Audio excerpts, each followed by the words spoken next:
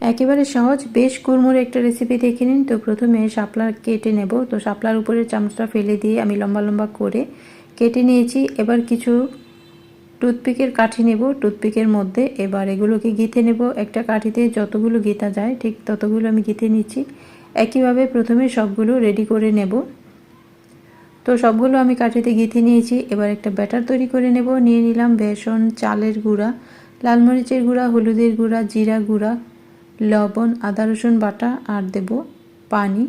একেবারে পাতলা হবে না, আবার অনেক গাঢ় হবে না, মাঝামাঝি টাইপের একটা ব্যাটার তৈরি করে এখানে কালো জিরা আর বেকিং পাউডার দিয়ে ভালো করে মিশিয়ে নেব। এবার যে শাপলাগুলো কাঠিতে গেঁথে রেখেছিলাম সেগুলো এখানে ডুবিয়ে নেব। তারপর গরম তেলে একটা একটা করে দিয়ে দেব। একেবারে মচমচে করে লাল লাল করে ভেজে তুলে নিলে হয়ে গেল শাপলার বেশ মজার কুড়মুড়ে একটা স্ন্যাক্স। এটা বিকেলে নাস্তাতে, সালাদের সাথে, সসের সাথে কিংবা ভাতের সাথেও দারুণ লাগে খেতে।